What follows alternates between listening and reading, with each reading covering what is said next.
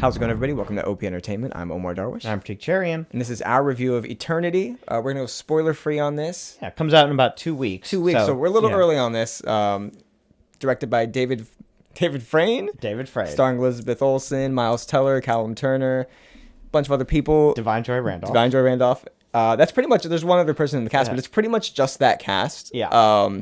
For those of you who haven't seen the trailer, really fast, the movie is about a man who dies. Yes. And he finds out that when you die, you go to this kind of waiting area. You pick an eternity where you spend the rest of your life. Yeah, it's this interpretation of the afterlife, pending unit, I guess, So, the Gulag. The conflict, and again, this is all in the trailer, so I don't consider this a spoiler, it's what kicks off the movie. So, his wife dies shortly after him, and then that's when he discovers that her first husband is also there and has been waiting for her this whole time. Yeah. So now it sets off this Classic love triangle. Who do you want to spend the rest of your life with? Yeah. Yeah. What's eternity look like? Yeah, but the stakes are eternity, right? So it's a lot of pressure. This movie, do you want to go first? No, go ahead. Okay, I honestly I love this movie. I think we both pretty much liked it, but I loved this movie. This is gonna be up there in my list for top movies of the year. The cinematography was incredible. The set design of this is great. There's a movie I grew up loving called Defending Your Life, and this, while it doesn't feel like a remake of that, it feels like it's in the vein of that. It's like a spiritual sequel to that for sure. And if you've seen that movie, you'll definitely feel that. I love movies that like will delve into this kind of like, what is the afterlife? And while that's not like the main plot of this movie, I found myself just looking around at everything that was going on as the characters are walking around, just in this like what do you want to call it? This like afterlife zone, I guess. Yeah. Afterlife hangar. I think a holding place is fine. It's essentially like a hotel, like place. But like I love the world building, for lack of a better term, that this movie does. The characters in this are great. The three leads are great, and not just them, but the two supporting actors, Divine Joy Randolph, and I don't know the other guy's name, but he was great too. They add so much humor, so much heart to this movie.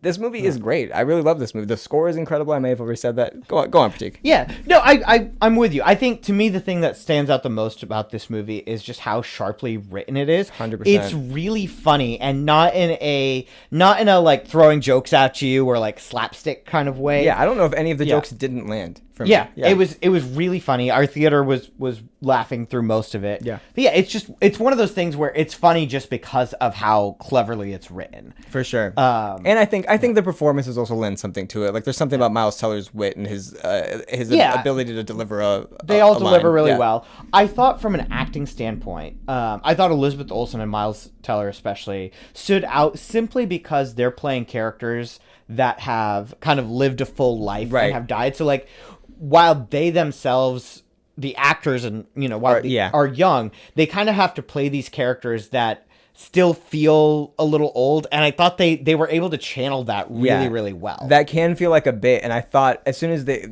Miles Teller comes to this afterlife, and he's like a younger version of himself, and he's like an older person in a younger person's body, you kind of like can feel the bit activating, but it's not a bit. It works perfectly, I think, and like you said, it's because of the performances from these two actors. And I think the other thing is, like, you notice it and you feel it right away, but the script, like, nothing ever explicitly calls out to the fact that they're doing this. You know what I mean? Right, yeah, no, exactly. Yeah. Yeah. So I thought that was really, really well done, and it helped lend some depth to these characters because they feel like old characters who have like lived a full life. And so like when they're considering the things that they did in life, like it feels real. It feels earned. Yeah. And that's strictly off the depth of their performance. How do you feel they handled the I guess the suspense with the triangle in general? Because we get a bunch of movies like this, Challengers. You know, there's tons of movies where it's like a love triangle. A very different movie. we get movies. The love triangle is a classic trope in many a movie, right? So like there's only two or three ways this can go. How do you feel like it kept you along the whole way? Were you like, let's get to it, or? I mean, I thought they did an okay job with that. I think when I saw the trailer for this movie, there was a part of me that was just well, why can't the three of you just spend eternity together? And They go into that. They went into it a little that. bit, but I also like left the movie being like, you probably could have just gotten away with. Maybe that is what happens. Yeah. I never quite. They tried. They acknowledged it, but I never felt like they quite shook it. I felt like this movie did a really good job of explaining why both of the men are in love with her and why she would be in love with both of the men and why she would want to be with either one of them and why it was an impossible decision for her. I think the other thing, sorry, not to cut you off, but I think the other thing that the movie did really well is they never make any one of those three characters feel like the bad guy. Yeah, you know? I kept waiting for one of them to like hit her or something or push her. Well, or something. I was like, wait, hold on. But it never even got for to like the movie to like subtly steer us towards rooting like, for this particular... guy's clearly an asshole. It never got to that. Yeah, or even just like like even subtly. This guy he's fine, but like she should really like. I'm sure personally people will like be rooting for one or the other, but I never felt the movie steering me in that direction. I think it's sorry, no, we're cutting each other off, right? I think it goes to show like because they made both of these guys like characters or people that like depending on who the girl is, you might want to be with either one of these people. So like they didn't, like you said, they didn't make one of them like an asshole or anything. So the fact, like I think there's gonna be people coming out of this movie they're like, oh, she should have chose differently because she very well could have. But yeah, how'd you feel about, without spoiling, how'd you feel about how this culminates? This kind of gets into my big, one of my two gripes of the movie. Okay. I did not care for the ending. I thought that for a movie that, and I think the reason why I didn't care for the ending, besides for the fact that I thought it was a little stretched out and I could have used it wrapping up a little bit. Sorry, to be clear, not because of the decisions made, but because of like the movie making decisions. Yeah, the movie making decisions, not because of what the characters decide, but just the way the movie flows. I thought the ending felt stretched and a little like, what are we doing here? I think my other complaint with the movie is that for a movie that is about the connections between human beings and about like eternity and the afterlife to a certain extent, I didn't feel like it had a lot to say about that. And I felt, especially with the ending and the way it shakes out, I never got the movie giving me like a satisfying reasoning for why the things that happen actually happen.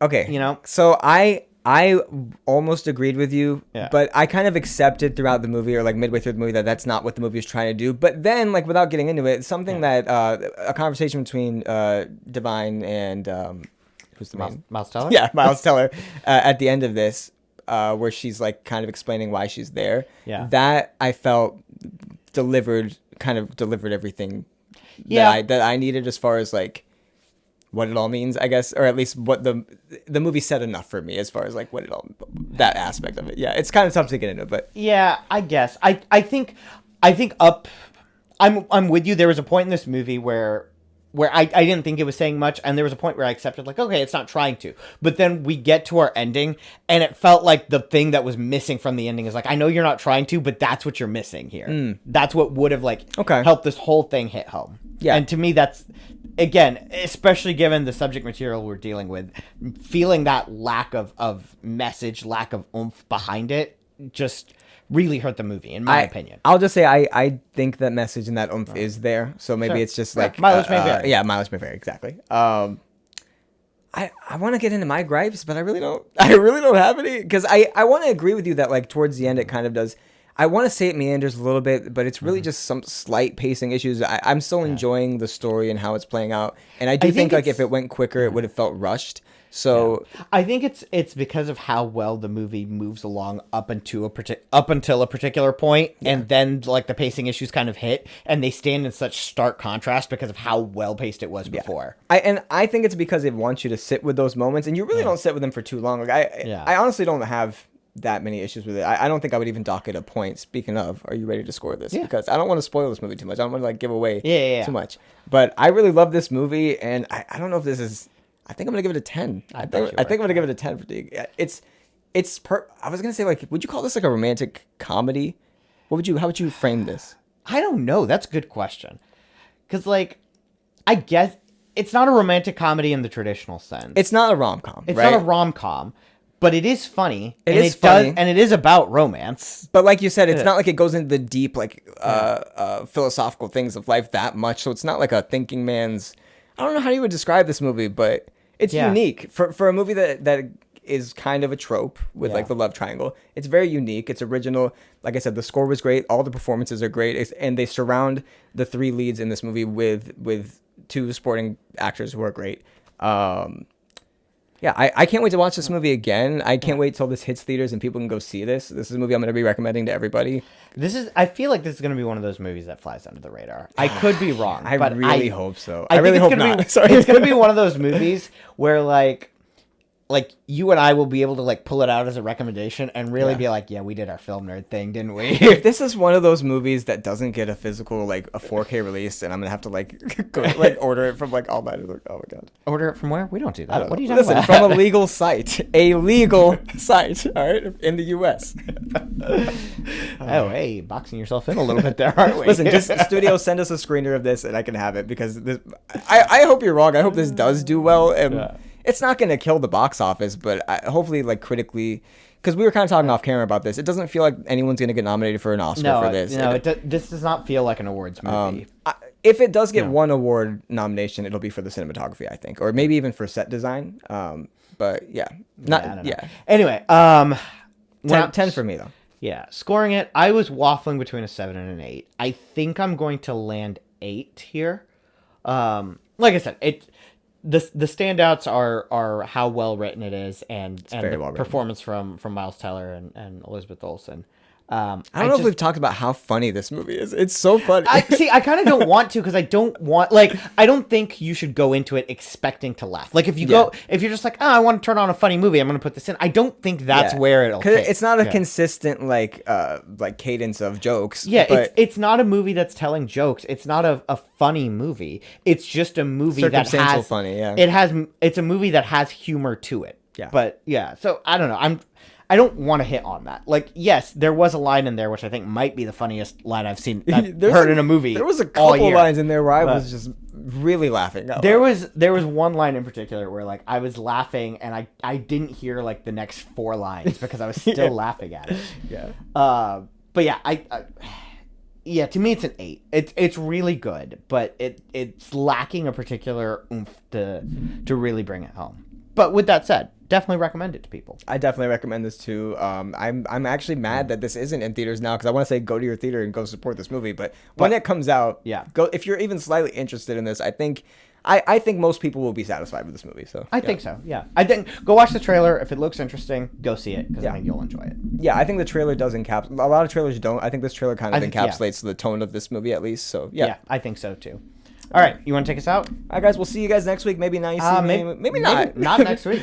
Later this week. Yeah, maybe. Oh yeah, maybe in a few days. Later this week. We'll be back with another movie review. See ya. See ya.